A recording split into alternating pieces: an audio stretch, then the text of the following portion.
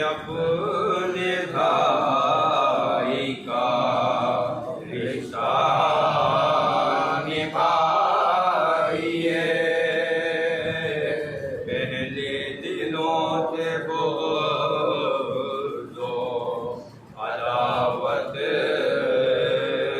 مٹائیے، ذکر غم حسین عبادت ہے دوستو، پاکیزہ دل کے ساتھ مجالس میں آئیے، پاکیزہ دل کے ساتھ مجالس میں آئیے،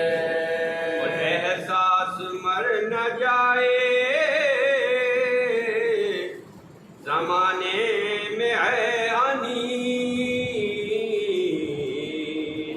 سوئے ہوئے ضمیر بشر کو جگائیے، پہلے دلوں سے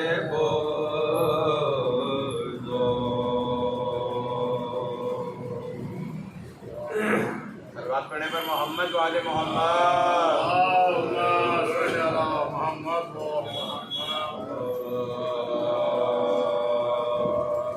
ضبط گریہ ماتم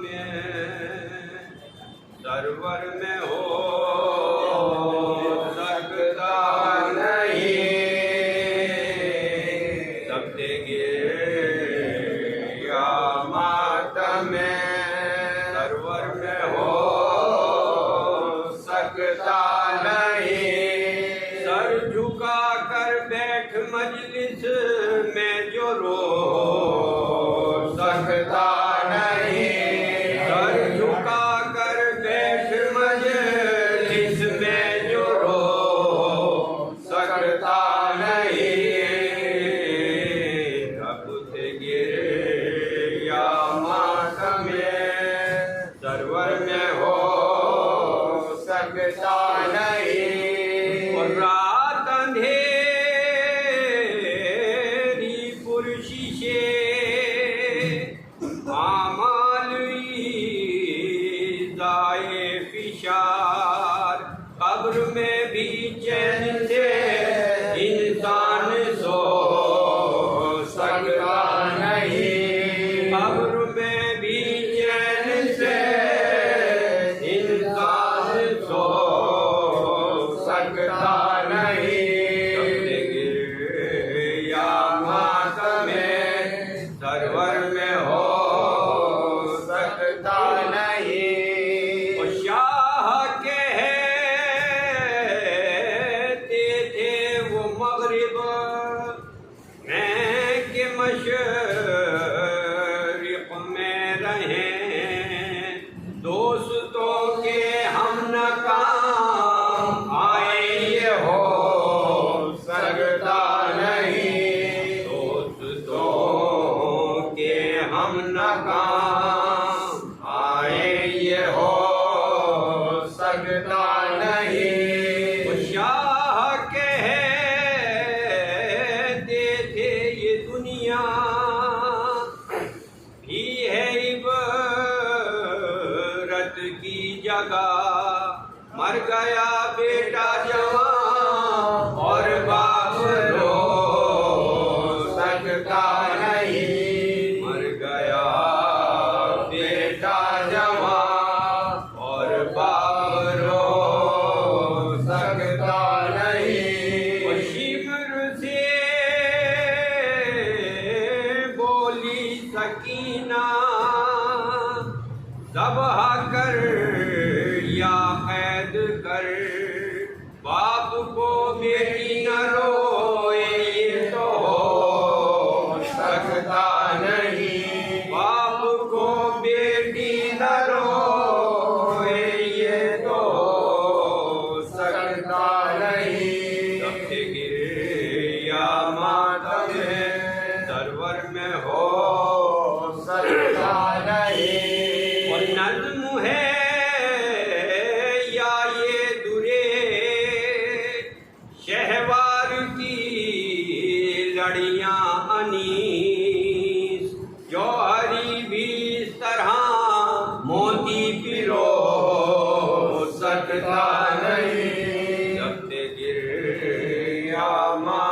میں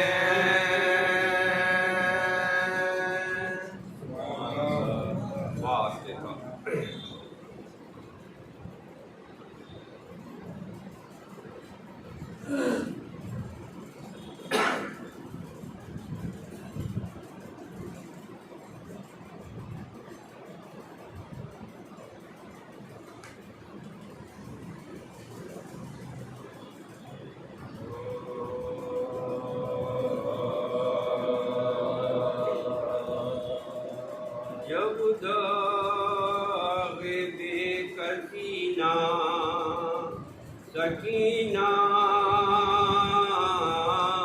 اٹھا سکی جب داغ بے کسینہ سکینہ اٹھا سکی اور درد دل نہ خوف کے مارے کھائے تماچے شمر کے جب تک کہ کھا سکے دل کم تھا دکھ بہت تھے نہ برداشت لا سکے دل کم تھا دکھ بہت تھے نہ برداشت لا سکے ظالموں نے جفا بے شمار کی آخر یہ جبر دے کے موت اختیار کی آخر یہ جبر دے کے موت اختیار کی اور حال شب وفات سکینہ یادگار گویا کہ اپنی مرگ تھی بے کس پہ عاشقہ ملتی تھی شام سے وہ گلے سب کہ بار بار ماں کی بلائیں لیتی تھی وہ ماں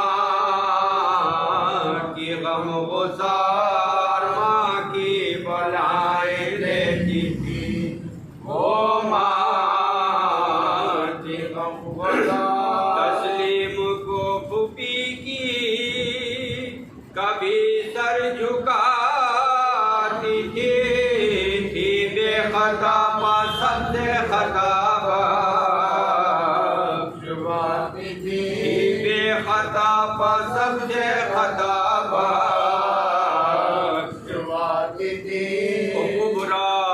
چپ کے کبھی کرتی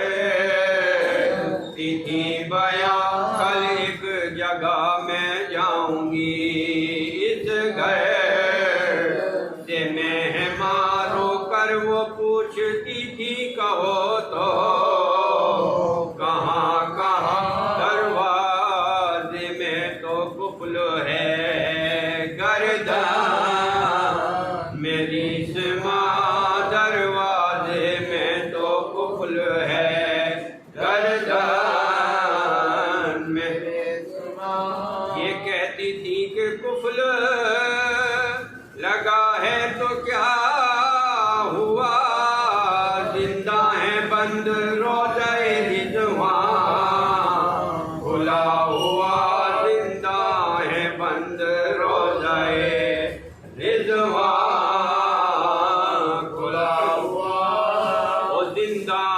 کہتی تھی یہ کبھی وہ اسیر غم ہو جائے گا کل تیرا مہمان یہاں پکا میت کسی کی ننھی سی نکلے کہ صبح دامانوں سے یہ خطاب کبھی تھا پر چشم نہ کبھی تھا چشم ایک تازہ موت ہوگی نبی کے گھرانے میں اماں لٹو گی آج کی شب پہ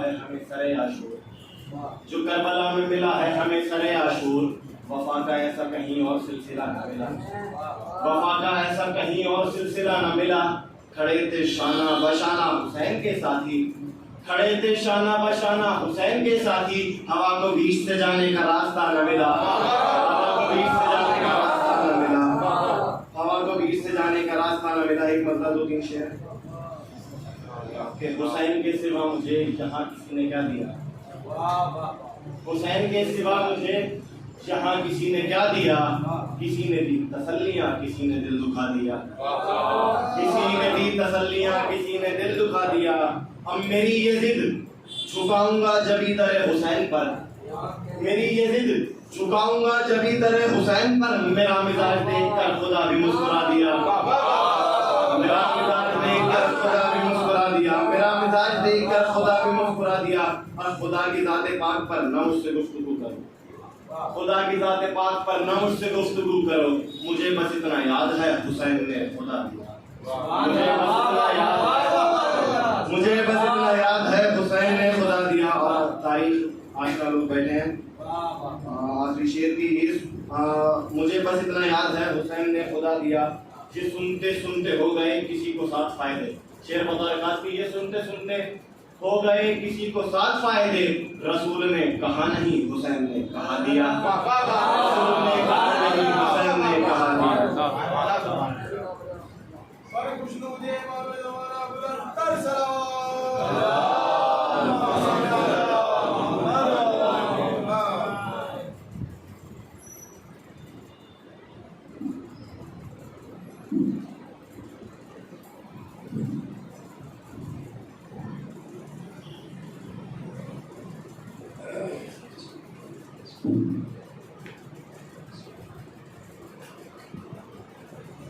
رحم اللہ من مبارک الفاتحہ۔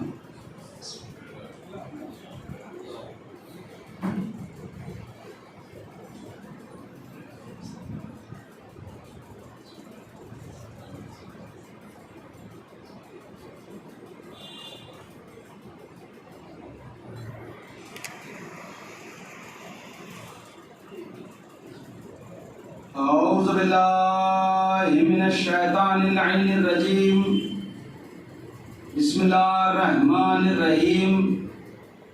اللہم کل ولیک الحجت ابن الحسن صلواتک علیہ وعلی آبائہ فی هذه الساعة وفی کل ساعة، ولیا وحافظا وقائدا وناصرا ودلیلا معینا حتی تسکنہ ارضک طوعا وتمتعہ فیہا طویلا۔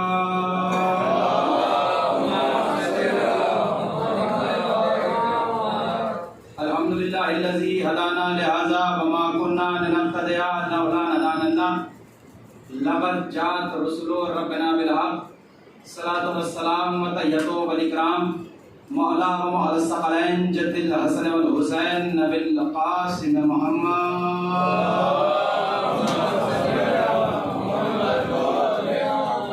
طیبین الطاہرین المعصومین المظلومین المنتخبین المنتجبین، ولعنۃ اللہ علی اعدائهم اجمعین من یومنا ھذا الی قیام یوم الدین۔ اما بعد فقد قال اللہ تعالی وتبارک وتعالی فی محکم قرآن المجید والفرقان الحمید، وهو اصدق الصادقین وقالہ الحق بالحق۔ بسم اللہ الرحمن الرحیم۔ انما یرید اللہ لیذهب عنکم الرجس اہل البیت ویطہرکم تطہیرا۔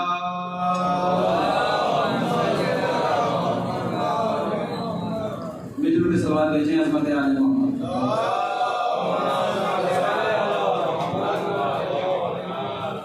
عزیزان محترم، برادران عزیز، بزرگان قوم و ملت، ماتم داران سید الشہداء،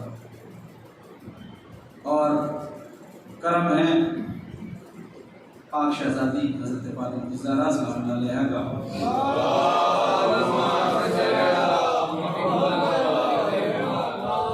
کہ انہوں نے اس نوکری سے مجھ جیسے حقیر کو سینکڑوں کلومیٹر کا سفر کرنے کے بعد اپنی بارگاہ میں حاضر تھے اور موجود رکھا۔ اور یقین تو یقین ہے، اگر ان کی ذات پہ یقین نہ ہو تو پھر کس کی ذات پہ یقین ہو؟ یہ کہنا کہ ہم پڑھواتے ہیں یا ہم پڑھتے ہیں، یہ دونوں غلط ہیں۔ نہ ذاکر خود پڑھتا ہے، نہ بانی پروگرام پڑھواتا ہے، بلکہ یہ حق صرف اور صرف ذات جناب سیدہ کو ہے کہ وہ جس سے جہاں چاہیں، جب چاہیں، جیسے چاہیں اپنے لال کا ذکر کرا سکتے ہیں۔ اور اس کے سامنے کی مثال تو مطلب یہاں موجود ہے، نام کسی کا ہے، پروگرام میں عنوان کسی اور کا ہے، لیکن وہ سب انتظامات کرنے والی وہ ہیں، ان کو جہاں جس کی نوکری لگانی ہے، اور ہم نوکر ہیں۔ اگر ہمیں بلایا جائے گا تو نوکر کا کام یہ ہے کہ پھر وہ چو چرا نہ کرے، نوکر کا کام یہ ہے کہ وہ چو چرا نہ کرے، بلکہ ان کی بات پر لبیک کہتا ہوا چلا ہے۔ بہرحال آپ لوگوں کی توجہ رہیں تو میں انشاءاللہ اپنی گفتگو کو اسی آیت کے ذیل میں، کہ جو بڑی مشہور و معروف آیت ہے، اتنی مشہور و معروف آیت ہے کہ ہماری قوم کے بچے بچے کو یہ آیت حفظ ہے، اور اگر جن کو یہ آیت حفظ نہ ہوگی تو کم سے کم اس آیت کا ترجمہ تو سب کے ذہن عالی میں موجود ہوگا، اور یہ بھی سب کو پتا ہے کہ یہ آیت آئی کہاں پر ہے اور آئی کس کے لیے ہے، آئی کہاں پر ہے اور آئی کس کے لیے ہے۔ آپ مسلسل، میں ہمیشہ اس چیز کو کہتا ہوں کہ کوئی شیعہ کا گھر ایسا نہیں ہے کہ جہاں حدیث قصہ نہ ہوتی، کم سے کم ہر شب جمعہ تو حدیث قصہ کی تلاوت گھر میں ہوتی ہی ہے۔ اس کے علاوہ ہمارے گھر میں کوئی بھی پروگرام ہو، کوئی بھی فنکشن ہو، کوئی بھی خوشی کا موقع ہو، کوئی بھی غم کا موقع ہو، تو ہم سب سے پہلے جس چیز کا اہتمام کرتے ہیں وہ ہے حدیث قصہ۔ اچھا، حدیث قصہ کیوں اہتمام کیا جاتا ہے؟ اسی حدیث قصہ میں آخر میں رسول اللہ نے مولا علی سے کہا تھا کہ جس بزم میں بھی، جس مجلس میں بھی، جس محفل میں بھی اس بات کو نقل کیا جائے گا، وہاں رحمتوں کا نزول ہوگا، وہاں برکتوں کا نزول ہوگا، وہاں اللہ کی خاص نعمتوں کا ذکر ہوگا، اور وہاں ان کا نزول ہوگا جہاں ذکر ہوگا۔ تو ہم نے اسی لیے ان جتنی بھی مجالسیں یہاں پر اب ہمارے حصے میں آئی ہیں، یہ نوکری، اس کا عنوان، اس کی ابتدا، موضوع گفتگو، موضوع بحث، موضوع بات ہم نے یہی رکھی کہ حدیث قصہ۔ اور یہ حدیث قصہ رکھنے کی وجہ بھی یہ ہے کہ میں بڑوں سے تو خطاب ہی نہیں کرتا، کیونکہ بڑے مجھ سے بہتر جانتے ہیں، مجھ سے بہترین ذاکروں کو سنے ہوئے، علماء کو سنے ہوئے، خطباء کو سنے، یہ بچے میرے ساتھی، میرے نوجوان، کہ حدیث قصہ جو ہے وہ حدیث کہتے ہیں بات کو، اور قصہ کہتے ہیں چادر کو، اور جمع کیا گیا تو بات آئی کہ چادر والی بات۔ توجہ رکھیے گا، آج کے مجلس میں صرف حدیث قصہ کا ترجمہ کروں گا، کچھ الگ سے نہیں، انشاءاللہ کل سے پھر آگے کی باتیں ہوں گی، لیکن آج حدیث قصہ کا ترجمہ آپ مستقل پڑھتے ہیں، ترجمہ بھی پڑھتے ہوں گے، سنا بھی ہوگا، آپ کے خود کے مطالعے میں بھی ہوگا، خود نے بھی اس کو غور و فکر کیا ہوگا، لیکن آج تھوڑا سا ترجمہ اگر کچھ الگ سے ہو جائے اور کچھ اس حقیقت کی محنت ہو تو پھر دعاؤں سے ضرور نوازیے گا کہ اللہ کے نبی کو بدن میں ذوق محسوس ہوا۔ بھئی یہی تو ابتدا ہے کہ اللہ کے بدن، اللہ کے نبی کے بدن میں ذوق ہوا، بیماری نہیں، بیماری نہیں ہوئی، کیونکہ اس کو بیماری ہو ہی نہیں سکتی جو امت کا علاج کرنے آیا ہو۔ بھئی ہے توجہ تو پھر بولیے کہ جو امت کا علاج کرنے آیا ہو اس کو بیماری ہو ہی نہیں سکتی۔ یہ اللہ کے نبی کے بدن مبارک میں ذوق تھا، کمزوری تھی، لیکن آپ مجھے بتائیں کہ اگر کسی کو ذوق ہو، کمزوری ہو تو کہاں جائے گا؟ کس کے پاس جائے گا؟ بھئی سب یہ کہیں گے کہ ڈاکٹر کے پاس جائے گا، حکیم کے پاس جائے گا، طبیب کے پاس جائے گا، کسی دانشمند کے پاس جائے گا، کسی عقلمند کے پاس جائے گا کہ بھئی کوئی نسخہ بتا دی جائے، کوئی دوائی بتا دی جائے، کوئی ٹیبلٹ بتا دی جائے، کسی ہاسپٹل میں جائے گا، لیکن وہاں جو پوری کائنات کا علاج کرنے آیا ہو، جو تمام عالمین کا علاج کرنے آیا ہو، جو پوری امت کا علاج کرنے آیا ہو، جب اس کو بھی اپنے علاج کی ضرورت پڑی تو نہ کسی طبیب کے گھر پہنچا، نہ کسی ڈاکٹر کے یہاں پہنچا، نہ کسی ہاسپٹل میں پہنچا، بلکہ اپنی بیٹی کے گھر پہنچا، اپنی بیٹی کے گھر پہنچا، اور پوری امت کو یہ پیغام دیا کہ جب میرے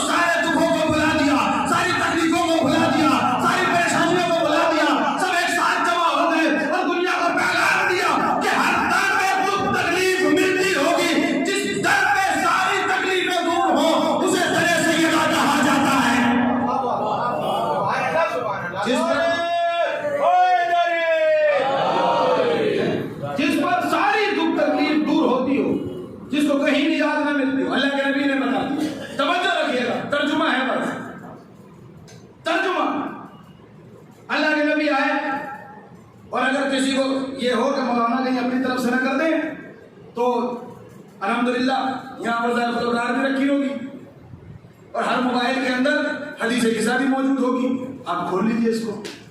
اللہ کے نبی آئے، آنے کے بعد سلام کیا، السلام علیکم یا اہل بیت النبوہ و معدن الرسالہ، اے اہل بیت نبوت، نبوت کے اہل بیت، و معدن الرسالہ، اور رسالت کی کان، رسالت کی کان یعنی وہ جگہ کہ جہاں سے رسالت نکلتی ہے،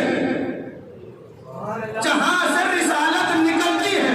بھائی آپ نے توجہ نہیں فرمائی کہ جہاں سے رسالت نکلتی ہو، پتا چلا کہ رسولوں کا نزول بھی اسی دروازے سے ہوا ہے، اسی دروازے سے ہوا۔ پھر اس کے بعد کیا کہا کہ میری بیٹی تجھ پر میرا سلام ہو، میری پانے جگر تجھ پر میرا سلام ہو، میری لخت جگر تجھ پر میرا سلام ہو، میرے دل تجھ پر میرا سلام ہو، اور میں اپنے بدن میں ذوق محسوس کر رہا ہوں۔ یہی ترجمہ ہے، میں اپنے بدن میں ذوق محسوس کر رہا ہوں۔ شہزادی نے برجستہ کہا، اے میرے بابا جان، اللہ کے پیغمبر، طٰہٰ و یاسین و مزمل و مدثر کی سند لینے والے، اللہ کی رحمت کو پوری کائنات پہ آشکار کرنے والے، آپ پر بھی میرا سلام ہو، اور اللہ آپ کو اپنی پناہ میں رکھے، اللہ آپ کو اپنی پناہ میں رکھے۔ بھول بھائی، پھر جو اس کے بعد رسول اللہ نے ارشاد فرمایا کہ جیسے ہی شہزادی نے کہا کہ اللہ آپ کو اپنی پناہ میں رکھے، رسول نے کیا کہا کہ سیدہ جاؤ اپنی چادر لے آؤ، چادر لے آؤ۔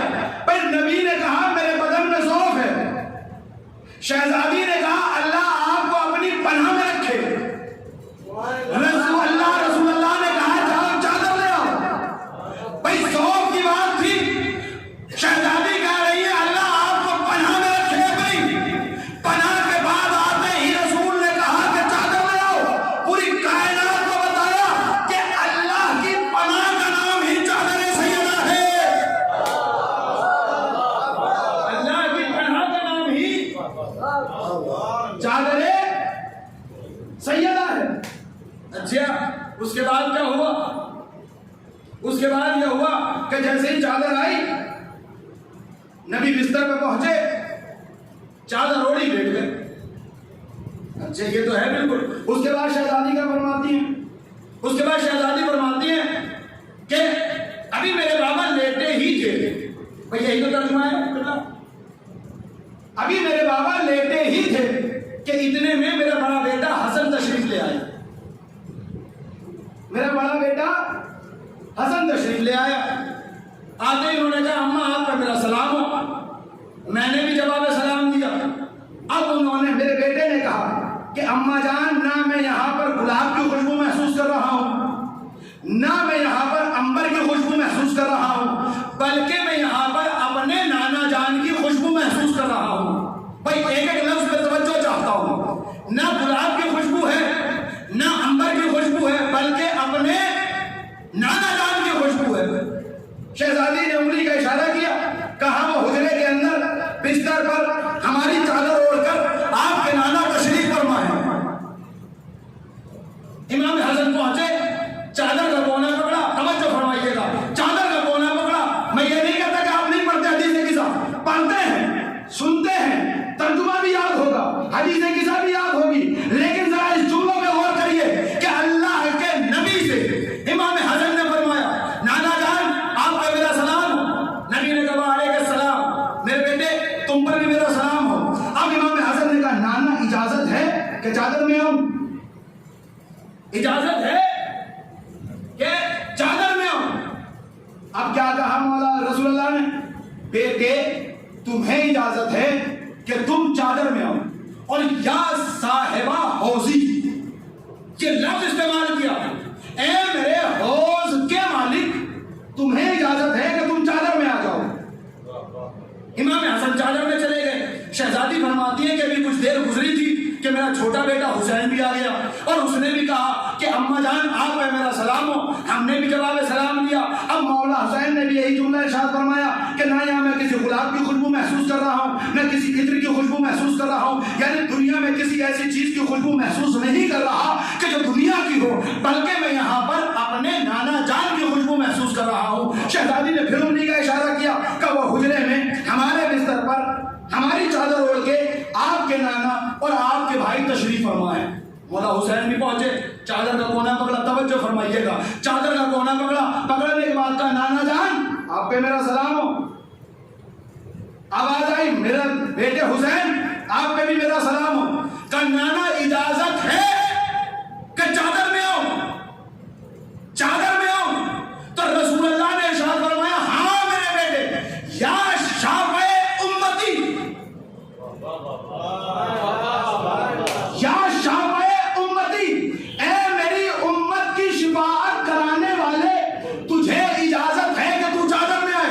اب مجھے انصاف کر کے بتائیے گا, نواسے تو حسن بھی ہیں, نواسے حسین بھی ہیں, بیٹے حسن بھی ہیں, بیٹے حسین بھی ہیں, لیکن دونوں میں فرق کیوں رکھا؟ ایک کو کہا یا صاحب حوضی, ایک کو کہا یا شافع امتی, ایک کو کہا حوض کا مالک, ایک کو کہا میری امت کی شفاعت کرانے والے.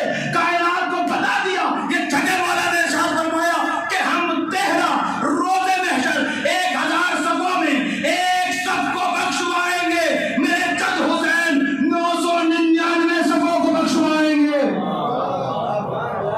میرے جد حسین 999 صفوں کو.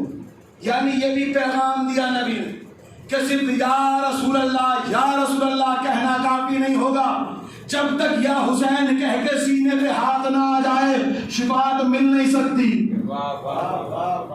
شفاعت مل نہیں سکتی. توجہ فرمائیے گا. مولا حسین نے بھی چادر کا کونا پکڑا, یا شافع امتی کی سند لے کر چادر میں داخل ہو گئے. اب کچھ دیر گزری تھی, توجہ, کچھ دیر گزری تھی کہ اتنے میں مولا علی کی تشریف لے آئے.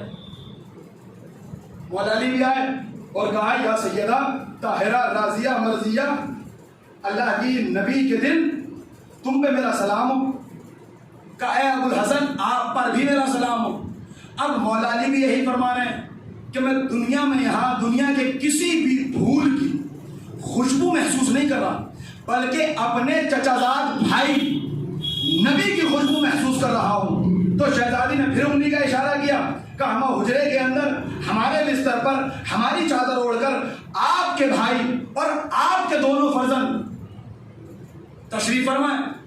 آپ توجہ فرمائیے ذرا. مولا حسن آئے, انہوں نے کیا کہا؟ خوشبو محسوس کر رہا ہوں.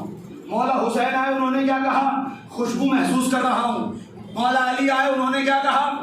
خوشبو محسوس کر رہا ہوں. اس کا مطلب یہ ہوا کہ نبی کے بدن مبارک سے کوئی ایسی خوشبو نکلتی تھی کہ جس کو یہ محسوس کر رہے تھے, جس کو یہ محسوس کر رہے تھے, جس کو یہ محسوس کر رہے تھے. اب مجھ سے نہ کہیے کہ شب ہجرت 40 ننگی تلواریں نبی کے گھر کا طواف کرتی رہیں پوری رات, اور یہ سوچتی رہیں, اس خیال میں رہیں, اس خوش فہمی میں رہیں کہ اللہ کے نبی کا گھراؤ کر لیا, نبی کا گھراؤ کر لیا. لیکن جیسے ہی صبح کا سورج نکلا اور چادر کو ہٹایا گیا تو نبی نظر نہیں آئے, بلکہ علی نظر آئے, اور یہ کہتے ہوئے نظر آئے کہ تم نبی کو میرے حوالے کر کے گئے تھے جو میں تمہیں نبی دیتا. لیکن آپ توجہ فرمائیے کہ جو صبح میں حملہ کر رہے تھے انہوں نے رات میں حملہ کیوں نہیں کیا؟ اس کا مطلب یہ ہوا وہ بھی نبی کی خوشبو کو محسوس کر رہے تھے.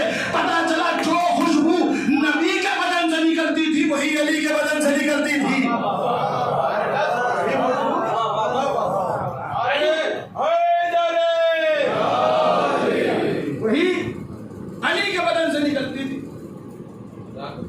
اب مولا علی بھی پہنچے, چادر کا کونا پکڑا, السلام علیکم یا رسول اللہ, رسول آپ پہ میرا سلام ہو. چادر کے اندر سے آواز آئی میرے بھائی, میرے وسیع, میرے خلیفہ, میرے جانشین, میرے وزیر, میرے بازو کو مضبوط کرنے والے, میری پشت کو تقویت دینے والے, میرے سر کو بلند کرنے والے, اسلام کے پرچم کو اونچا کرنے والے, تجھے بھی اجازت ہے کہ تو چادر میں آ جا. اب شہزادی فرماتی ہے کہ میں بھی گئی, میں نے بھی چادر کا کونا پکڑا. میں نے بھی اجازت مانگی، میں بھی چادر میں چلی گئی۔ اب میرا سوال ہے اپنے نوجوان بھائیوں سے، مجھے یہ بتائیے گھر کس کا ہے؟ شہزادی کا۔ بستر کس کا ہے؟ شہزادی کی۔ چادر کس کی ہے؟ پھر تھوڑا سا بولتے رہیے گا۔ شہزادی کی۔ بچے کس کے ہیں؟ شوہر کس کے ہیں؟ خود شہزادی بھی ہیں۔ اجازت کی ضرورت ہے یا نہیں؟ بھئی اجازت کی ضرورت ہے؟ سب کہیں گے جب بستر اپنا، گھر اپنا، حجرہ اپنا، چادر اپنی، بچے اپنے، تو پھر اجازت کیوں؟ اجازت کیوں؟ بھائی میں آپ کو ایک مثال دے دوں، جو صاحب اولاد ہیں وہ میری بات کی تائید کریں گے۔ انسان کی دو طرح کی زندگی ہوتی ہے، ایک گھر کے اندر کی زندگی، ایک گھر کے باہر کی زندگی۔ مثال کے طور پہ کوئی بچہ کسی کا جو چھوٹا بچہ ہو، یا میری بیٹی بھی 1 سال کی ہے، وہ گھٹنیوں کے بل چلتے ہوئے آئے اور آ کے یہاں پر وزٹ کرنے لگے میری آغوش میں بیٹھنے کی، جبکہ میں منبر پہ ہوں، تو کیا میں اجازت دوں گا کہ وہ یہاں بیٹھے آ کے؟ یا کوئی اور یہ بچہ بیٹھا ہے، یہ ابھی جو ہے اپنے بابا کے کاندھوں میں بیٹھنے لگے، زلفوں سے کھیلنے لگے، سینے پہ چڑھنے لگے، تو کیا اجازت ملے گی ان کے بابا کی طرف سے کہ آپ میرے سینے پہ بیٹھیں، آپ میری زلفوں سے کھیلیں، آپ میرے کاندھے پہ بیٹھیں؟ نہیں۔ کیوں؟ کیونکہ یہ مجمع ہے، یہ گھر سے باہر کی زندگی ہے۔ لیکن جب یہی صاحب گھر پہنچیں گے، جب ہم گھر پہنچیں گے، تو ہمارے ہی بچے ہمارے سینے پہ بھی کھیلیں گے، ہماری زلفوں سے بھی کھیلیں گے، ہمارے کاندھوں پہ بھی چڑھیں گے، لیکن کوئی منع کرنے والا نہیں ہوگا۔ پتہ چلا گھر کے باہر اجازت کی ضرورت ہے، گھر کے اندر اجازت کی ضرورت نہیں ہے، لیکن یہ تو دنیا کا رواج ہے۔ گھر کے باہر اجازت کی ضرورت، گھر کے اندر اجازت کی ضرورت نہیں، لیکن والے اہل بیت جب یہ گھر کے باہر آتے ہیں تو نبی سجدے میں ہوتے ہیں، بنا اجازت پشت میں آ جاتے ہیں۔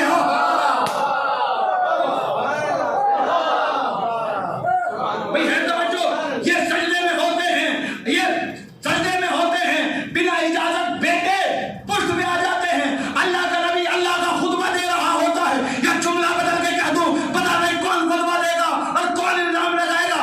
اللہ کا نبی اللہ کی تبلیغ کرتے ہوئے حسین کو دیکھتے ہی اللہ کا ذکر چھوڑتا ہے، حسین کو تھام لیتا، اللہ کا ذکر چھوڑتے حسین کو تھامتے۔ یہ باہر آتے ہیں تو اللہ کا نبی حالت نماز میں، تشہد میں، مسجد نبوی میں ہوتا ہے، بڑا بیٹا حسن زانو پہ آ کے بیٹھ جاتا ہے، اجازت کی ضرورت ہی نہیں ہے۔ بھئی یہ وہ مجمع میرے سامنے بیٹھا ہے کہ جس نے بڑے بڑے خطبہ کو سنا ہے، جہاں پڑھنے کی ضرورت نہیں، صرف اشاروں میں کام چلتا ہے۔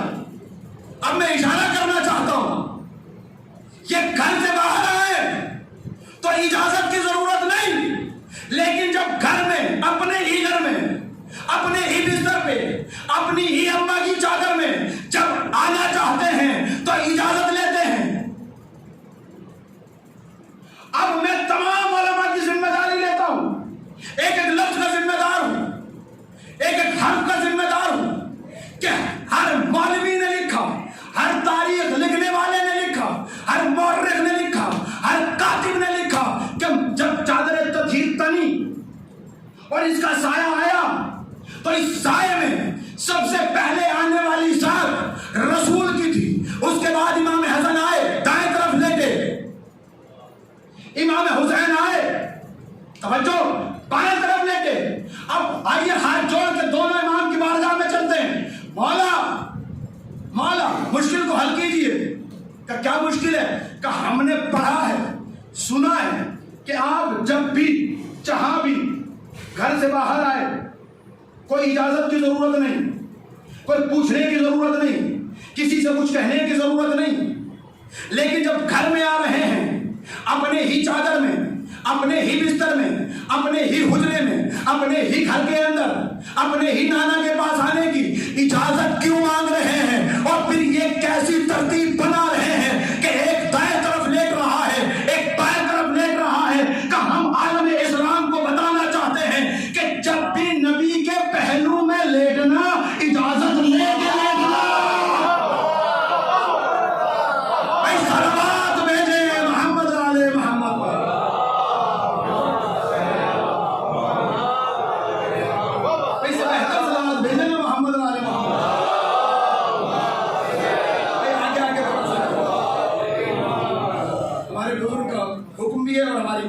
ضروری ہے کہ آپ سب لوگ آگے آگے آ جائیں اور بلند آواز سے صلوات بھیجیں محمد وعلی محمد.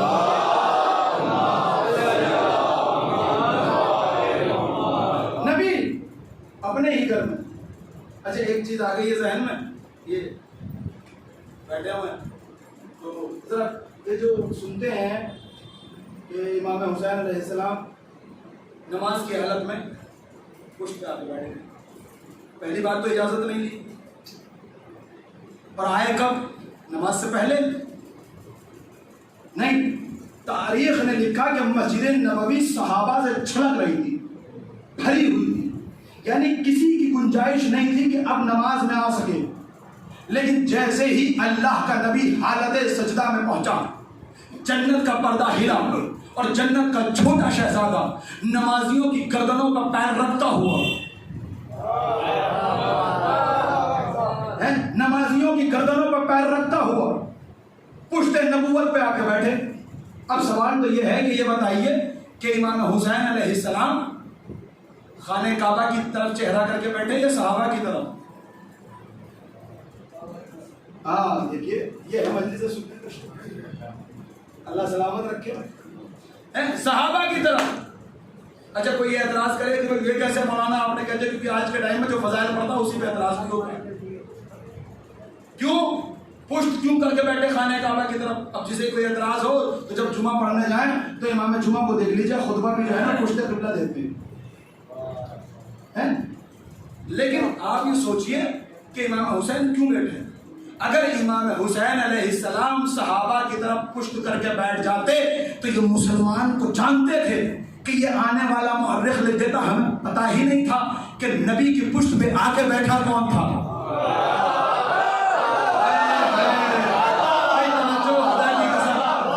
ہمیں پتا ہی نہیں تھا کہ آ کے بیٹھا کون تھا. بیٹھا کون تھا؟ بیٹھے صحابہ کی طرف چہرہ کر کے. اور علماء سے پوچھئے گا, جو جس کی نظر میں جتنا بڑا عالم ہو اس سے جا کے پوچھ لیجئے گا. یہ مسئلہ ہے ہر مجتہد کے یہاں, یہ مسئلہ ہے. جو جس کی تقلید کرتا ہے اس کی جا کے دو تین مسائل دیکھے, جو جس عالم کو مانتا ہے اس سے جا کے مسئلہ پوچھے کہ حالت سجدہ میں ذکر کی تلاوت کرنا کہاں تک صحیح ہے, کتنا واجب ہے, کتنا مستحب ہے. تو ہر مولوی, ہر مولانا, ہر مفتی, ہر مجتہد, ہر علم کو جاننے والا, مسائل شریعہ کو جاننے والا کہے گا کہ بھائی ایک مرتبہ سبحان ربی الاعلیٰ و بحمدہ کہنا واجب ہے, دوسری مرتبہ کہنا مستحب ہے, تیسری مرتبہ کہنا بھی مستحب ہے. لیکن اگر کوئی امام صاحب چوتھی اور پانچویں مرتبہ کہیں تو مجمع کو اجازت ہے کہ وہ سوچے کہ قبلہ کو ہوا کیا ہے, قبلہ کو ہوا کیا ہے کہ 3 سے آگے بڑھ گئے, کیا ہوا ہے. لیکن خدا کی قسم جب رسول اللہ نے پہلی مرتبہ سبحان ربی الاعلیٰ و بحمدہ کہا کسی صحابی کو بے چینی نہیں ہوئی, دوسری مرتبہ کہا کسی صحابی کو بے چینی نہیں ہوئی, جب تیسری مرتبہ کہا کسی کو بے چینی نہیں ہوئی. اللہ کا نبی نے اٹھنا چاہا, ادھر سے جبرائیل کا نزول ہوا, بازو کو تھاما, تھامنے کے بعد کہا اللہ پاک درود و سلام یہ پیغام دینا چاہتا ہے کہ آپ کی پشت پر جنت کا چھوٹا شہزادہ بیٹھا ہوا ہے, اب جب تک یہ خود نہ اترے آپ کو اجازت نہیں, آپ کو اجازت نہیں کہ آپ سجدے سے سر اٹھائیں, سر اٹھائیں. یعنی اللہ کا مزاج سمجھ میں آیا کہ اگر اللہ کی عبادت میں حسین شامل ہو جائے تو پھر اللہ کی عبادت کو دور دیا جا سکتا ہے, اللہ کی عبادت کو دور دیا جا سکتا ہے. اللہ نے کہا کہ اجازت جب تک خود حسین نہ اترے. جب چوتھی مرتبہ کہا تو سارے صحابی اٹھے. اب دیکھتا ہوں خدا کی قسم کہاں تک بات پہنچتی ہے, کس کے دل میں اترتی ہے, کس کے ذہن سے اترتی ہے. سارے صحابی سر اٹھایا, پشت نبوت پہ حسین کو دیکھا, پھر سجدے میں. پھر اللہ کے نبی نے کہا سبحان ربی الاعلیٰ و بحمدہ. لیکن آپ مجھے بتائیں کہ جب جب رسول اللہ اللہ کا ذکر کر رہے تھے تو کیا ان کے ذہن میں حسین نہیں تھے؟ بھائی تھے نا, خود جبریل نے بتا دیا کہ حسین بیٹھے, اور خود نبی کو بھی محسوس تھا. ذہن میں حسین ہے. نہ میں جملہ کہنا چاہتا ہوں کہ اللہ نے عبادت کا مزاج بتایا کہ جب بھی میری عبادت کرنا تو سر میرے لیے جھکانا, دل حسین کے لیے جھکانا, دل حسین کے لیے جھکانا. جب 5ویں مرتبہ کا سبحان ربی الاعلی و بحمدہ, پھر سارے صحابی اٹھے, پھر دیدار حسین کیا, تصویر حسین کھینچی, اپنی نگاہوں میں سمایا, ذہن میں رکھا, پھر سجدے میں چلے گئے. پھر 5ویں مرتبہ 6ٹھی مرتبہ پھر اٹھے, پھر دیکھا, پھر سجدے میں, پھر 7ویں مرتبہ. 70 مرتبہ یہ واقعہ ہوا. اب میں تمام 73 کے 73 فرقوں کے مولویوں کو اس طالب علم کی طرف سے چیلنج ہے کہ کوئی مجھے جھوٹی سے جھوٹی, پھٹی سے پھٹی, ضعیف سے ضعیف راوی لا کے دکھاؤ کہ کسی نے مسجد نبوی کے باہر آ کے کہا ہو ہماری نماز باطل ہو گئی, ہماری نماز خراب ہو گئی, ہماری نماز ٹوٹ گئی, ہماری نماز کی نیت چلی گئی, ہماری نماز کا خضوع چلا گیا, ہمارے نماز کا خشوع چلا گیا. کیوں؟ کیونکہ نماز میں حسین آ گیا تھا, نماز میں حسین آ گیا تھا. تو پھر مولویوں بھی پاس تمہیں وہ روایت دکھانے کے لیے تیار ہے کہ جنہوں نے مسجد نبوی کے باہر نکلتے ہی کہا ہے کہ آج نماز ایسی پڑھی تو اب سے پہلے پڑھی ہی نہیں تھی.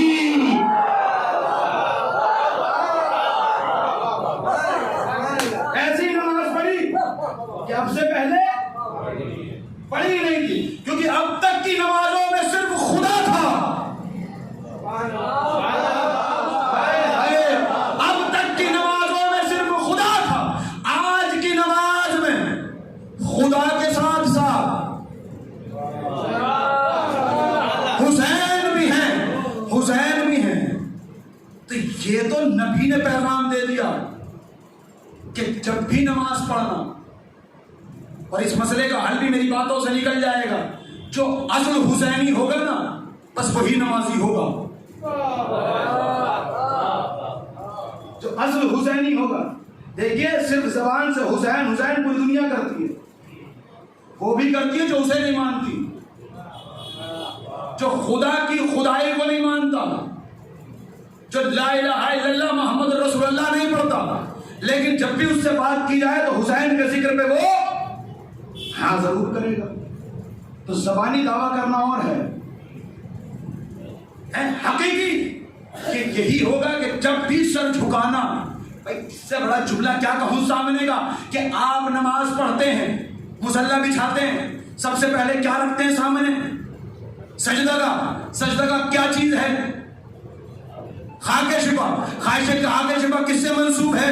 حسین سے. بھائی یہ ہمارے فقہ جعفری میں نماز کے اندر سجدہ کو رکھوا کے بتایا کہ جب بھی اللہ کی عبادت کے لیے تکبیرۃ الاحرام کہنا تو سجدہ کو دیکھ کے حسین کی قربانی کو یاد کر لینا, یاد کر لینا. لیکن بات تو جو تھی وہ یہ تھی کہ یہ جو صحابہ نے سر اٹھایا پھر سجدے میں چلے گئے. اور یہ بھی مسئلہ شریعہ ہے فقہ جعفری کے اندر, نہیں پوری 73 کے 73 فرقوں میں کہ 2 سجدے واجب ہیں ہر رکعت میں, اور اگر کوئی بھولے سے تیسرا کر لے تو پھر سجدے سہو ہے, اور اگر چوتھا کر لے تو نمازی باطل ہے بھولے سے بھی. یہاں صحابہ نے 70 کیے, نہ نماز گئی, نہ نیت ٹوٹی, نہ نماز باطل ہوئی. کوئی بڑی آہستہ سے جملہ کہوں, جن کی نماز میں حسین آئے ان کی نماز تو جاتی نہیں, تو پھر علم دیکھ کے نگاہ کیسے پھوٹتے ہیں؟ صلوات بھیجے محمد و آل محمد پر.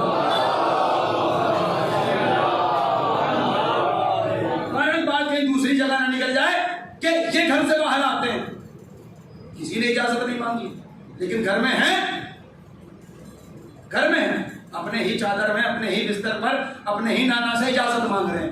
دنیا کو پیغام دیا نبی کے پہلو میں لیٹنا تو اجازت لے کے لیٹنا. یہ بات تھی, توجہ رکھیے گا, ترجمہ ختم کر رہا ہوں. یہ بات تھی زمین کی, اور شہزادی نے فرمایا زمین کی بات تھی نا یہ کہ بھئی میرے بیٹے آئے, میرا شوہر آیا, میں آیا, میرے بابا آئے, یہ باتیں ہوئیں. تو زمین پہ شہزادی تھی, باتیں بتا رہی تھی, لیکن اب زمین کی باتیں تو ختم ہو گئیں. اب یہاں سے باتیں شروع ہوئیں آسمان کی, اور راویہ نہیں بدلی. بھئی روایت کرنے والی ذات نہیں بدلی, وہی ذات روایت کر رہی تھی جو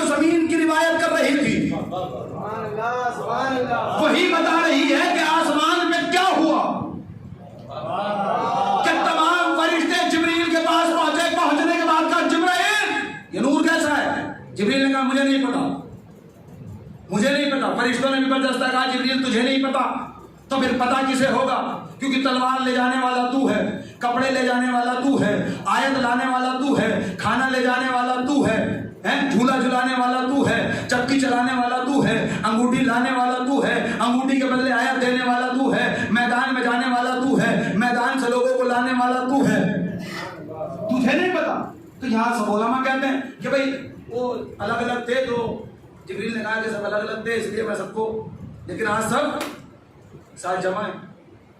لیکن جبریل بھی خدا کی قسم سردار الملائکہ ہے، اس نے کہا کہ اگر میں نے ہی تعارف کرا دیا تو یہ ان کے شایان شان نہیں ہے۔ بھائی آپ نے توجہ نہیں فرمائی، یعنی میں ان کا غلام ہوں اور غلام آقا کا تعارف کرائے تو بھائی غلام تو غلام ہے۔ اچھا جبریل کے معنی کیا ہے؟ جبریل کے معنی کیا ہے؟ جبریل کہتے ہیں نوکر کو، ایل کہتے ہیں اللہ کو۔ جبریل کا مطلب ہے اللہ کا نوکر، اللہ کا نوکر۔ کبھی اس کو اللہ کی نوکری کرتے ہوئے دیکھا؟ کبھی اللہ کی نوکری کرتے ہوئے دیکھا؟ اور فرشتوں کا کمال ہی یہ ہے کہ فرشتوں کو اللہ نے صرف عبادت کے لیے بنایا ہے، اور عبادت بھی ایسی عبادت کہ جس فرشتے کی ڈیوٹی جہاں لگا دی اب قیامت آ جائے گی ڈیوٹی ختم نہیں ہوگی۔ جو تشہد والا ہے وہ تشہد میں ہے، جو ذکر والا ہے وہ ذکر میں ہے، جو سجدے والا ہے وہ سجدے میں ہے، جو تسبیح والا ہے وہ تسبیح میں ہے، جو تشہد والا ہے وہ تشہد میں ہے، جو سلام والا ہے وہ سلام میں ہے۔ یعنی جس کی ڈیوٹی جہاں ہے وہ وہیں لگا رہے گا۔ یعنی جبرائیل، یہ فرشتوں کا کمال ہے کہ اللہ نے اپنے ذکر میں جس کی ڈیوٹی جہاں لگا دی وہ وہیں لگا رہے گا۔ لیکن آج جبرائیل اللہ کا نوکر ہے، نوکری اہل بیت کی کرتا ہے، نوکری اہل بیت کی کرتا ہے۔ جبریل بھی آئے، آنے کے بعد کہنے لگے، بڑی توجہ رکھیے گا، بس آخری 2-3 جملے اور پڑھوں گا کہ انشاءاللہ پھر آیت کا ترجمہ بھی کل کروں گا کہ پروردگار جی یہ چادر میں ہے کون؟ چادر میں ہے کون؟ اللہ نے بھی مزاج اپنا بتایا کہ ہم نبی سے تعارف نہیں کرائیں گے، ہم علی سے تعارف نہیں کرائیں گے۔ بھئی یہ تو آپ کے ہمارے گھر کا معاشرے کا بھی رواج ہے کہ نہیں کہ شادی کے کارڈ بھی اسی کے نام سے آتے ہیں جو گھر کا بڑا ہوتا ہے۔ بڑا موجود ہو تو بچوں کے نام سے کارڈ نہیں آتے، کیونکہ گھر کا تعارف ہمیشہ بڑوں سے ہوتا ہے، بڑوں سے ہوتا ہے۔ اس چادر میں 2 بڑے موجود ہیں، ذات رسول باپ ہیں، ذات امیر شوہر ہیں، لیکن تعارف نہ باپ سے ہے نہ شوہر سے ہے، یا یوں کہہ دوں نہ سردار الانبیاء سے ہے نہ امیر المومنین سے ہے۔ کس سے ہے؟ ہم فاطمہ تو ابوہا و بالہا و بنوہا، اس میں سیدہ کے بابا ہیں، سیدہ کے شوہر ہیں اور سیدہ کے بیٹے ہیں۔ اب بنوہا پہ بھی انشاءاللہ بہت دقیق بات ہے کہ اس میں صرف 2 بیٹے نہیں ہیں، بلکہ ہر وہ بیٹا چادر میں موجود ہے جو سیدہ کا ہے، ہر وہ بیٹا موجود ہے جس کو سیدہ نے اپنا بیٹا کہا ہے۔ یہ انشاءاللہ آئندہ کی مجلسوں میں رہے گا۔ لیکن آپ مجھے بتائیے کہ اللہ چاہتا تو کیا نبی کے نام سے تعارف نہیں کرا سکتا تھا کہ اس میں رسول ہیں، رسول کے داماد ہیں، رسول کی بیٹی ہیں، رسول کے نواسے ہیں؟ یہ نہیں کہہ سکتا تھا اس میں علی ہیں، علی کے سسر ہیں، مولا ہیں، زوجہ ہیں، بچے ہیں؟ لیکن پھر بھی کیا کہا؟ سیدہ ہیں، بابا ہیں، شوہر ہیں، بیٹے ہیں۔ پروردگار میں تو اس تحقیق تک پہنچا ہوں خدا کی قسم، پتہ نہیں کون میرے ان جملوں سے متفق ہوگا کون نہیں ہوگا، کیونکہ ہمارا تو پڑھنا کمال ہے۔ ہر انسان کو اللہ نے اجازت دی ہے اور انسان آزاد ہے، وہ تحقیق کرے جہاں تک وہ پہنچ سکتا ہو۔ اور شریعت محمدی میں سب سے پہلا کام تحقیق کا ہی ہے، جستجو کا ہے، غلامی کا تو بعد میں ہے۔ بھائی صلوات بھیجیں محمد علیہ محمد۔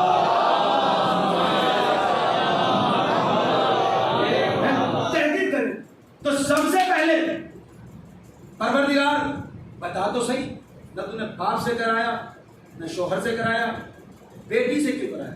کہ میں آنے والے لوگوں کو جانتا ہوں کہ زمانہ ایسا آئے گا کہ لوگ رسول رسول رسول یا رسول اللہ اور رسول کی محبت میں اتنے نعتیں پڑھنا شروع کریں گے کہ رسول کی تو ذات کو ہی بھول جائیں گے. کوئی نالین کا ذکر کرے گا, کوئی زلفوں کا ذکر کرے گا, کوئی اماموں کا ذکر کرے گا, کوئی پیراہن کا ذکر کرے گا, کوئی بستر کا ذکر کرے گا, کوئی گھر کا ذکر کرے گا, یعنی اتنا رسول رسول کرے گا. اور میں زمانے کو جانتا ہوں کہ کہیں روز محشر کھڑا ہو کے یہ نہ کہہ دے کہ میں تیرے نبی کو مانتا تھا مجھے جنت دے دے, میں تیرے رسول کو مانتا تھا مجھے جنت دے دے, میں طاہر یاسین کو مانتا تھا مجھے جنت دے دے, میں مزمل و مدثر کو مانتا تھا مجھے جنت دے دے, میں رحمت للعالمین کو مانتا تھا مجھے جنت دے دے, میں تیرے محبوب کو مانتا تھا مجھے جنت دے دے, میں تیرے بندے کو مانتا تھا مجھے جنت دے دے. اللہ نے کہا صرف میرے بندے کے نام پہ جنت نہیں ملے گی, میرے بندے کے نام پہ جنت نہیں ملے گی. کہا پھر تو علی والے کے نام پہ مل جائے گی.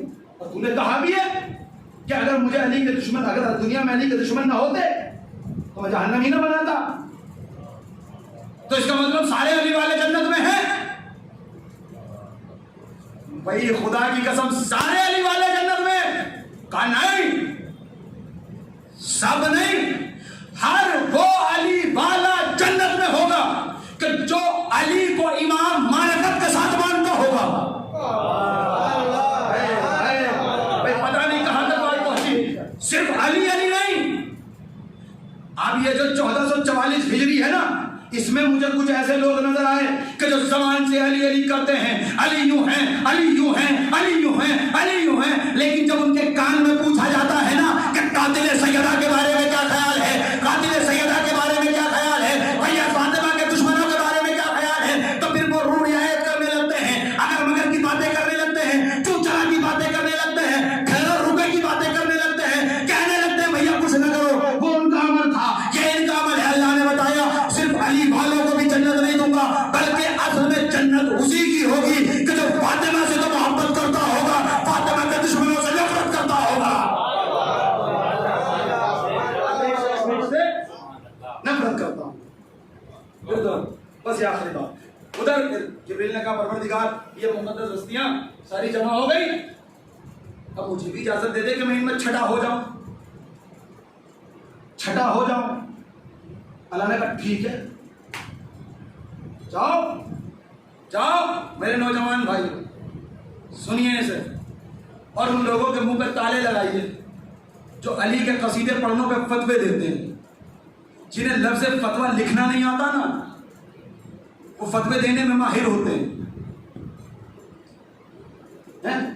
مولا اہل بیت کے فضائل پڑھے نہیں کہ لوگ ادھر ادھر کی باتیں کرنے لگتے. بہرحال اللہ انہیں بھی سمجھے, اللہ انہیں بھی سمجھے, لیکن مزاج قدرت سمجھیے. جبریل نے کہا پروردگار بس یہ آخری بات ہوگی اور یہ پہنچ جائے گی تو کل کی گفتگو اس سے بھی زیادہ حسین ہو جائے گی. پروردگار اجازت ہے کہ میں ان 5 میں چھٹا ہو جاؤں. اللہ نے کہا ٹھیک ہے جا, تجھے اجازت ہے. جیسے جبریل چلنے لگے آواز قدرت آئی, یہ پنجتن ایک ساتھ جمع ہیں, ایک چادر میں جمع ہیں, ہماری پوری کائنات یہاں آ کے جمع ہو گئی, اور تو خالی ہاتھ جا رہا ہے, تو خالی ہاتھ جا رہا ہے, مہمان بن کے جا رہا ہے, پھر بھی خالی ہاتھ. کہ پروردگار نیت تو میری بھی تھی کہ کچھ لے کے جاؤں تحفہ, لیکن تیرے سامنے بول نہیں سکتا. کہ ٹھیک ہے تحفہ لے جانا چاہتے ہو تو یہ آیت لے جاؤ, آیت لے جاؤ جس کی تلاوت کی ہے انما یرید اللہ, آیت لے جاؤ. جبریل چلنے لگے, شاید خیال کیا ہوگا یہ تو اللہ کی طرف سے تحفہ ہے, بندہ تو میں بن کے جا رہا ہوں, کچھ میری طرف سے بھی ہونا چاہیے تھا. آواز قدرت آئی جبریل پریشان نہ ہو, ایک تحفہ اپنی طرف سے بھی دے دینا, قصیدے کا تحفہ. 2 تحفے دیے اللہ نے میرے نوجوانوں, 2 تحفے دیے, ایک آیت کا تحفہ, ایک قصیدے کا تحفہ. آیت انما یرید اللہ لیذھب عنکم الرجس اہل البیت ویطہرکم تطہیرا.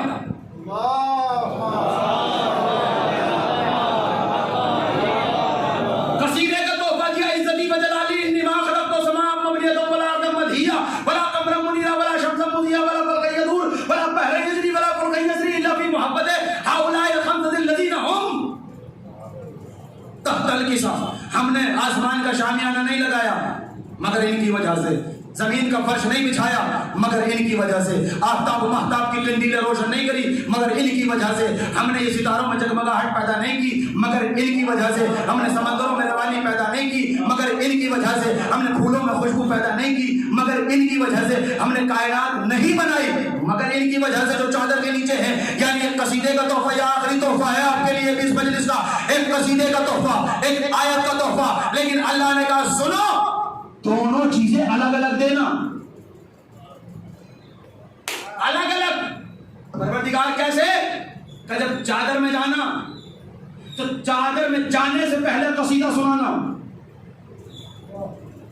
چادر میں، بھائی توجہ فرمائیے گا، چادر میں جانے سے پہلے قصیدہ سنانا. قصیدے کا تحفہ چادر کے باہر، آیت کا تحفہ چادر کے اندر. میں نے کہا پروردگار جب تحفے تیرے ہیں، دینے والا تو ہے، لے جانے والا تیرا مخصوص فرشتہ ہے، اور جس کے پاس جا رہی ہے وہ تیرے مخصوص بندے ہیں، تو دونوں یا تو باہر دے دے یا دونوں تحفے اندر دے دے. ایک تحفہ چادر کے باہر کیوں، ایک تحفہ چادر کے اندر کیوں؟ کہ زمانے کو بتانا چاہتا ہوں، سنو، اہل بیت کے فضائل کے منکر چادر کے باہر ہوں گے، ان کو فضائل سنا کے بتانا کہ صرف دنیا والے ان کی فضیلت بیان نہیں کرتے، عرش والا خدا بھی ان کے فضائل کرتا ہے. اور آیت چادر کے اندر اس لیے سنانا کہ کہیں کل کو کوئی مورخ تاریخ لکھنے والا، اہل بیت کی دشمنی میں پلنے والا، اگر چادر کے باہر آیت سنا دی جاتی تو کوئی نہ کوئی لکھ دیتا کہ اس چادر میں فلاں صاحب بھی تھے، اس آیت میں فلاں بیوی بھی تھی، اس آیت میں فلاں صاحب بھی تھے، اس آیت میں فلاں صاحب بھی اس کے مستحق ہیں، اس آیت کے ذیل میں فلاں صاحب بھی آتے ہیں. اللہ نے جبرائیل کو تاکید کے ساتھ کہا کہ آیت چادر کے اندر اس لیے سنانا کہ جب بھی آیت کے ذیل کی بات ہو تو پوری کائنات کو پتہ چل جائے اس آیت کے وہی مستحق ہیں جو چادر کے اندر ہیں. چادر کے اندر. تو یہ ہیں چادر والے. انشاءاللہ کل کو پھر اس سے آگے کی بات ہوگی کہ اس کے بعد پھر آیت میں کیا ہوا، کس نے جو ہے وہ آگے خواہش ظاہر کری، کس کو منع کیا گیا، جبرائیل سے کیا کہا گیا، اللہ نے مولا سے کیا کہا، جناب سیدہ سے کیا کہا، اور کیا کیا اس آیت میں ہے. بہرحال کیونکہ وقت میرا ہو چکا ہے، یہ پاک و پاکیزہ ہستی، یہ ذوات مقدسہ کہ جن کی طہارت کی ذمہ داری اللہ نے دی ہے، کسی بندے کی اوقات نہیں کہ جن کو پاک کر سکتا ہو، بلکہ وہ ہے جو ان کو پاک رکھتا ہے. لیکن یہ دن، یہ ایام مصیبتوں کا پہاڑ لے گئے. دیکھیے اگر کسی ایسے آدمی پہ مصیبت پڑے کہ جس کو کوئی جانتا ہی نہ ہو، جس کی کوئی شناخت ہی نہ ہو، جس کا کوئی نام ہی نہ ہو، تو اگر پتہ بھی چلے گا تو ٹھیک ہے، افسوس ہوا وقتی طور پہ فقط. لیکن اس ذات کے لیے کہ جس کے فضائل اللہ نے اپنے نبی سے منبر پہ کروائی ہو، اپنے ذکر کو روک روک کے کروایا ہو، جس کے لیے کہا ہو کہ فاطمہ میرا دل ہے، لیکن اسی دل کے دروازے پہ آگ و لکڑیاں نہیں کرا گئی، جس کو کہا ہو کہ علی میری کمر ہے، جنب اللہ کہا گیا، اپنا خون کہا گیا، اپنا گوشت کہا گیا، اپنی ہڈیاں کہا گیا. لیکن ہائے کہ جن کی اوقات کبھی میدان میں ٹکنے والی نہ تھی، ادھر نبی کا بھی کفن بھی میلانہ ہوا تھا، وہی لوگ علی کی گردن میں پھندا ڈالنے کے لیے آ گئے. ان ایام میں خدا کی قسم میں ہاتھ جوڑ کے آپ سے اپنے نوجوانوں سے کہنا چاہتا ہوں، یہ نہ سوچا کریے کہ کوئی ذاکر مصائب کا جملہ پڑھے تو ہم روئیں. یہ ان کے دن چل رہے ہیں کہ جن پہ کائنات میں کوئی ایسا ظلم ہی نہ تھا جو نہ ہو. ابھی آپ نے مرثی میں سماعت کیا نا جناب سکینہ سلام اللہ علیہ کے حوالے، اور مجھے جیسے کہ خبر بھی ہوئی کہ کل کو جو ہے وہ جناب سکینہ سلام اللہ علیہ کا تعلق، لیکن دن انہی کے ہیں. آپ کے یہاں بیٹیاں ہوں گی، اللہ سب کی بیٹیوں کو سلامت رکھے. گھر جائیے گا، اگر بیٹی کی عمر 3 یا 4 برس کی ہو نا تو کسی بلند جگہ پہ اس کو بٹھا کے ذرا غور سے دیکھیے گا اور دیکھ کے سوچیے گا سکینہ اتنی ہی بڑی ہوگا.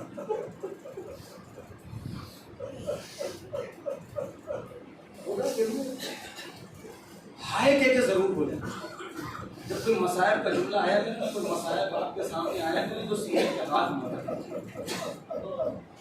ممکن ہو سر پہ ہاتھ لایا کیجیے, چہرے پہ ہاتھ لایا کیجیے, اور اس بی بی کا ذکر جب بھی ہو تو سر و سینہ کو ضرور پیٹنا.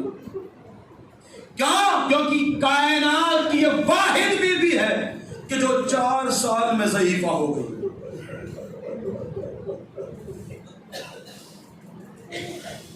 آپ کے ہمارے یہاں بھی موت ہوتی ہے, کسی کا باپ دنیا سے گزر جائے, سب لوگ کیا کرتے ہیں؟ گھر جاتے ہیں, بچوں کے سر پہ ہاتھ پھیرتے ہیں اور کیا کہتے ہیں؟ دلاسا دیتے ہیں نا, بچوں پریشان نہ ہونا, کبھی کوئی تکلیف ہو تو ہمیں بتانا, کبھی کوئی مصیبت ہو تو ہمیں بتانا, کبھی کوئی ضرورت ہو تو ہمیں بتانا. خدا کے لیے یہ نہ سوچنا تمہارا باپ مر گیا.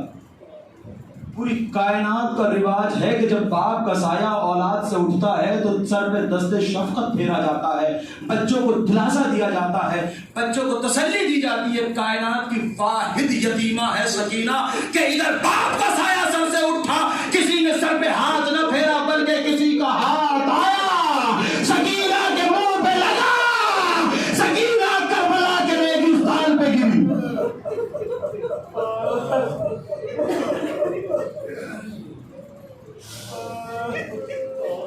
جو رو سکتے ہیں وہ روئیں. میں جملہ کہا کرتا ہوں کہ اگر اسیروں کی اسیری سننے کے بعد بھی کسی کا دل نہ پسیجے نا, کسی کا دل موم نہ ہونا, کسی کی آنکھ نم نہ ہو, تو وہ مجلس سے اٹھے, گھر جائے, وضو کرے, 2 رکعت نماز پڑھے, حضرت جناب سیدہ کی بارگاہ میں ہاتھ جوڑ کے کہے فاطمہ زہرا سلام اللہ علیہا, مجھ سے کون سا ایسا گناہ ہو گیا کہ تیرے بچوں کی مصیبتیں بیان ہوتی رہی اور میری آنکھ نم نہ ہو سکی, میری آنکھ میں آنسو نہ آ سکا, میرے چہرے پہ وہ غم کے آثار نہ آ سکے. میں شہادت نہیں پڑھوں گا. ابھی کچھ دن پہلے جب یہ قافلہ کوفہ اور کربلا کے درمیان تھا نا, 9 ذی الحجہ تھی, امام حسین کا سفیر مسلم مارا گیا. کوفے سے خبر آ گئی کہ مسلم مارے گئے. امام حسین نے کیا عمل کیا تھا؟ جناب مسلم کی بیٹی کو بلایا, بلانے کے بعد اپنے زانوں پر بٹھایا, بٹھانے کے بعد سر پہ ہاتھ پھیرنا شروع, سر پہ ہاتھ پھیرنا شروع کیا. ہاتھ پھیرتے پھیرتے جناب مسلم کی یتیمہ نے کہا چچا جان مجھے ایسا لگ رہا ہے جیسے میرا بابا مارا گیا ہو. چچا جان ایسا لگ رہا ہے جیسے میں یتیم ہو گئی ہوں, کیونکہ ایسے ہاتھ یتیموں کے سر پہ پھیرے جاتے ہیں. شاید یہی منظر سکینہ دیکھ رہی ہو کہ یتیموں کے سر پہ ہاتھ کیسے پھیرے جاتے ہیں. لیکن جب وقت عصر عاشورہ حسین مقتل میں جا رہے تھے اور جناب سکینہ نے خواہش کری کہ بابا مجھے آخری وقت اپنے سینے پہ سلا لیجئے, اور امام حسین نے سینے پہ سلایا, اس کے بعد زانوں پہ بٹھا کے پھر سر پہ ہاتھ پھیرنا شروع کیا. تو جناب سکینہ نے کہا بابا ابھی تو آپ موجود ہیں, ابھی تو میں یتیم نہیں ہوئی, شاید مولا جواب دے کہ میرے بعد کوئی ہاتھ پھیرنے والا نہیں ہو. بس مصیبت ہے. جناب سکینہ کی 3 وصیتیں پڑھوں گا اور اپنی جگہ رو سکتے ہیں تو رو لیجیے گا, جس کو رونا نہ ہے وہ اس کی اپنی قسمت.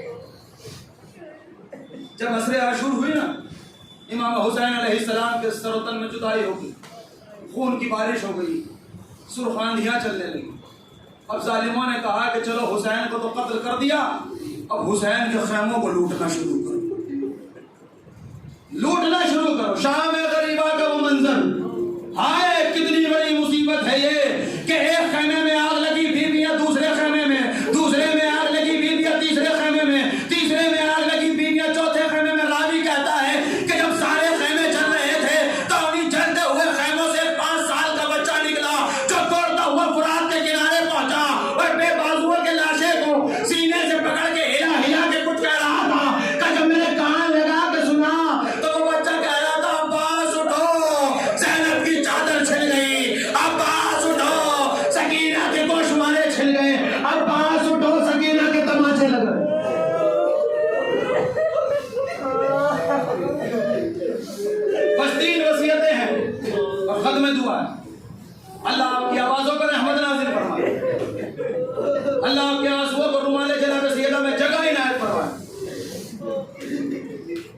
جب خیمے جل گئے تو شہزادی نے تمام بیویوں بچوں کو ایک جگہ اکٹھا کرنا شروع کیا اور بچوں کو گننا شروع کیا. شہزادی زینب جناب ام کلثوم سلام اللہ علیہا سے فرماتی ہیں بہن ام کلثوم وہ میرے بھائی کی نشانی مجھے نظر نہیں آ رہی جو مجھے عصر کے وقت دے کے گیا تھا. شام میں کہیں کھو گئی ہے. آؤ بہن ام کلثوم آؤ مقتل میں چلو, لاشوں کے درمیان چلو. شاید سکینہ اکبر کی لاشیں پاؤ گی, شاید سکینہ محمد کی لاشیں پاؤ گی, شاید سکینہ اصغر کی لاشیں پاؤ گی, شاید سکینہ قاسم کے ٹکڑوں پہ ہوگی, شاید سکینہ عباس کی لاشیں پاؤ گی اور شکوہ کر رہی ہو چچا آپ چلے گئے, چچا آپ چلے گئے. جب جناب زینب ام کلثوم چلی ہے نا ایک لاشے کے قریب پہنچی لیکن سکینہ نظر نہیں آئی. خدا کے لیے جن کے یہاں بیٹیاں ہیں نا وہ ضرور روئیں.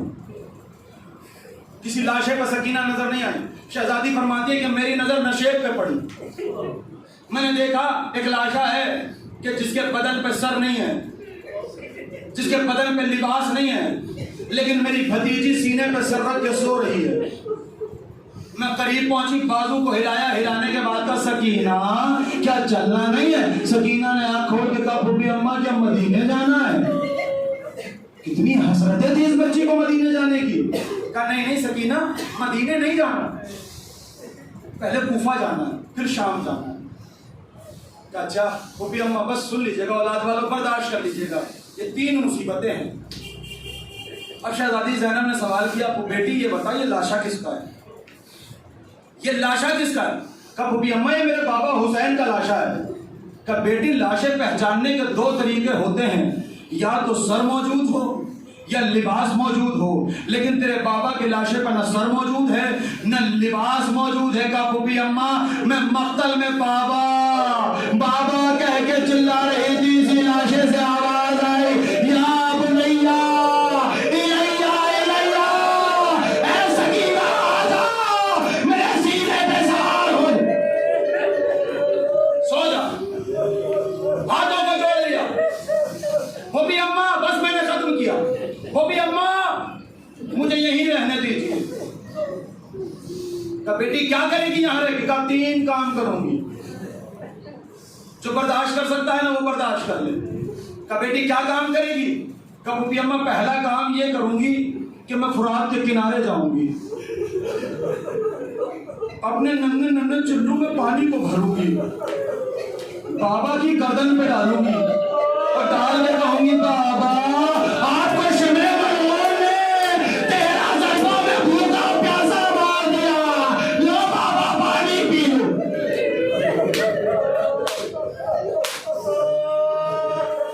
لو بابا پانی پی لو. کہا بیٹی دوسرا کام کیا کرے گی؟ اولاد والوں سن لیجیے گا, دوسرا کام کیا کرے گی؟ کہا پھوپھی اماں دوسرا کام یہ کروں گی کہ اس عالم کو میرے بابا کی نالین لے گیا, کوئی میرے بابا کی زرہ لے گیا, کوئی میرے بابا کا پیراہن لے گیا, کوئی میرے بابا کا ماما لے گیا, کوئی میرے بابا کا بابا لے گیا, پورا لباس میرے بابا کا لے گئے. میرے بابا کو کوئی غسل دینے والا نہیں ہے, کوئی میرے بابا کو کفن پہنانے والا نہیں ہے. پھوپھی اماں میں کربلا کے ریگستان سے اس خاک کو اٹھاؤں گی, بابا کے لاشوں پہ ڈالوں گی اور کہوں گی بابا میرے پاس تو چادر بھی وہی ہے, تو چادر سے کفن دے لیجیے, میں آپ کو کربلا کی خاک کا کفن دیتی ہوں. بس یہ آخری خواہش ہے سر. کہا بیٹی کیا کریں گے؟ تیسرا کام کیا کریں؟ کہا پھوپھی اماں جب سب لوگ چلے جائیں گے تو میں 2 راہیں پر جا کے بیٹھ جاؤں گی, میں اس راستے پر جا کے بیٹھ جاؤں گی. ہائے یہ قیامت سے بڑا جملہ نہیں ہے, علی کی پوتی اور کہے کہ میں اس راستے پر بیٹھ جاؤں گی جہاں سے نبی کی امت گزرے گی, جہاں سے نبی کے چاہنے والے گزریں گے, اور جب بھی کوئی قافلہ گزرے گا ہاتھ جوڑ کے کہوں گی اے محمد کی امت, اے محمد کو چاہنے والے, اے رسول کا کلمہ پڑھنے والوں, تمہارے رسول کے نواسے کا لاشا بے غسل کفن پڑا ہے, آؤ اسے غسل کفن دے دو. شہزادی زینب کہتی ہے بیٹی سکینہ کہ تجھے امید ہے یہ مسلمان تیرے بابا کو غسل کفن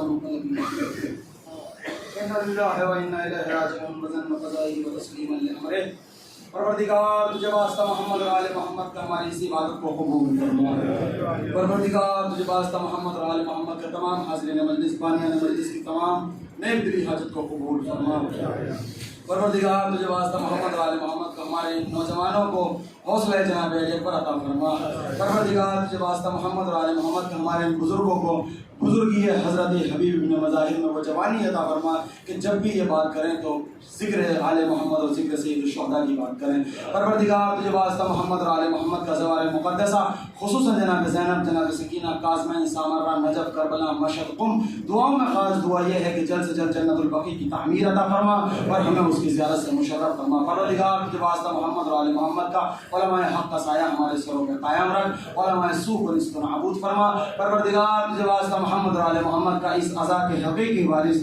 حجت خدا کے ظہور میں تعجیل فرما اور ہمیں توفیق عطا فرما کہ ان کے اصحاب میں شمار ہو سکیں محکم ہو سکیں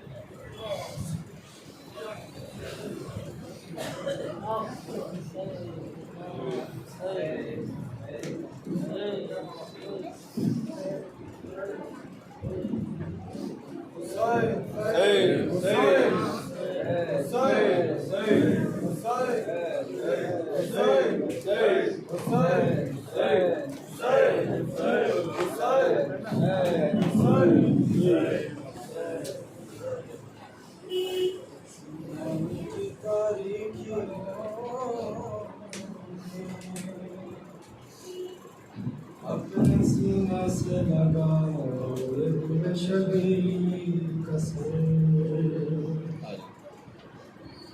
سکینہ کہتی تھی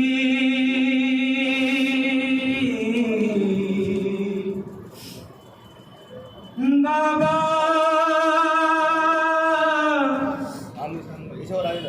بابا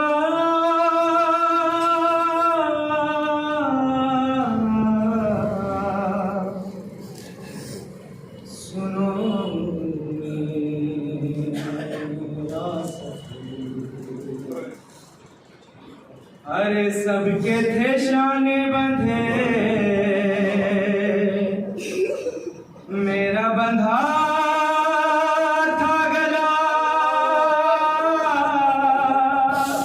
سب کے تھے شانے بندھے میرا بندھا تھا گلا پنجوں پہ چلتی رہی بابا پنجوں پہ چلتی رہی بابا پنجوں پہ چلتی رہی بابا پنجوں پہ چلتی رہی بابا پنجوں پہ چلتی رہی بابا پنجوں پہ چلتی رہی بابا آپ سے کیسے کہوں کیسے کٹا وہ سفر آل پرم پر چلی ہوتے ہوئے ننگے سر آپ چلے نیزے پر کاٹوں پہ بھائی چلا آپ چلے نیزے پر کاٹوں پہ بھائی چلا میں پنجوں پہ چلتی رہی بابا میں پنجوں پہ چلتی رہی بابا پنجوں پہ چلتی رہی بابا میری پھوپھی بابا میں عشق بہاتی رہی ظلم رلاتے رہے تو چلاتی رہی رنگ میرے پاؤں کا دھوپ سے جلتا رہا رنگ میرے پاؤں کا دھوپ سے جلتا رہا میں پنجوں پہ چلتی رہی بابا میں پنجوں پہ چلتی رہی بابا میں پنجوں پہ چلتی رہی بابا پھانسی کے کچھ وعدے جو آتے مجھے سینے پہ کیسے مجھے سلاتے رہے یادوں میں یوں کھو گئی بھول گئی ہر جفا یادوں میں یوں کھو گئی بھول گئی ہر جفا میں پنجوں پہ چلتی رہی بابا میں پنجوں پہ چلتی رہی بابا میں پنجوں پہ چلتی رہی بابا صبر کا کام سے چھوٹا نہیں ایسے کیا آپ نے بابا یہ دیکھا نہیں چلتی رہی اس ماں کا رہا قافلہ چلتی رہی اس ماں چلتا رہا قافلہ میں پنجوں پہ چلتی رہی بابا میں پنجوں پہ چلتی رہی بابا میں پنجوں پہ چلتی رہی بابا تو کفن طوفان نے بالوں سے پردہ کیا میری پھوپھی جان نے اور میرے درد کا کوئی مداوا نہ تھا اور میرے درد کا کوئی مداوا نہ تھا میں پنجوں پہ چلتی رہی بابا میں پنجوں پہ چلتی رہی بابا میں پنجوں پہ چلتی رہی بابا بابا مدینہ بھی مجھے یاد ہے سبز میں جب بیٹھ کے چلتی تھی میں آج ذرا دیکھیے کیسے سفر طے کیا آج ذرا دیکھیے کیسے سفر طے کیا میں پنجوں پہ چلتی رہی بابا میں پنجوں پہ چلتی رہی بابا میں پنجوں پہ چلتی رہی بابا رسن میں بندھے چھوٹے بڑوں کے گلے لاشوں پہ روتے ہوئے کرب و بلا سے چلے حال میرا دیکھ کر ہونے لگی کربلا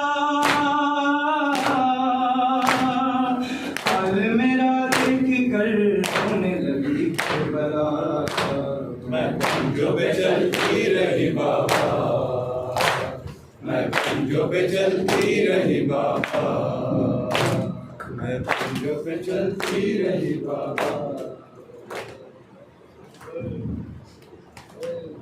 جب بھی دیکھے گی اجڑا ہوا گھر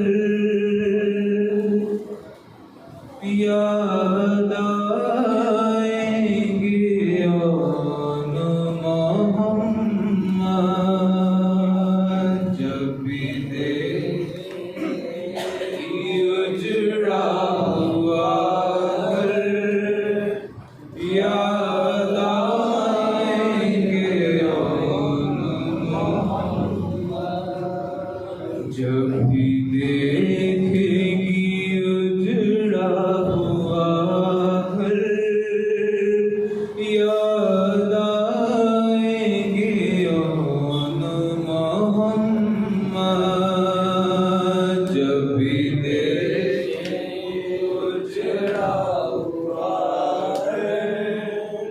یاد آئیں گے جب بھی دیکھے گی اجڑا ہوا گھر یاد آئیں گے آن محمد جب بھی دیکھے گی اجڑا ہوا گھر یاد آئیں گے کون محمد لاش بیٹوں کی دیکھی ہے من میں لاش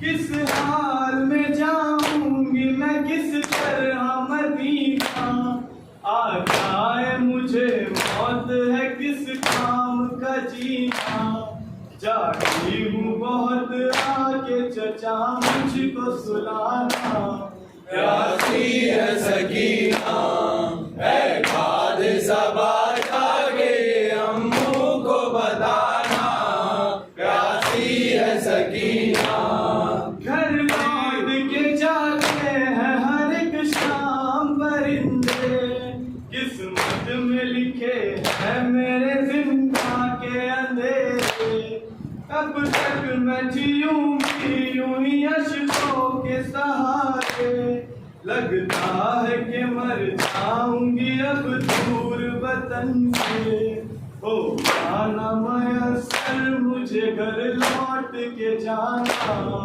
پیاسی ہے سکینہ اے حادثہ باجا کے یہ امو کو بتانا، پیاسی ہے سکینہ ایک شام ہوا شام غریب شام میسر، وہ بھوسا میں رکھ آئی تھی اصغر کی لحد پر، ہاں مجھ سے بھی چھوٹا میرا بھیا میرا دل پر، شرمندہ میں ہو جاتی چچا پاس بجھا کر، اب نہیں ہاتھوں سے میری پیاس بجھانا، پیاسی ہے سکینہ اے حادثہ باجا کے یہ امو کو بتانا، پیاسی ہے سکینہ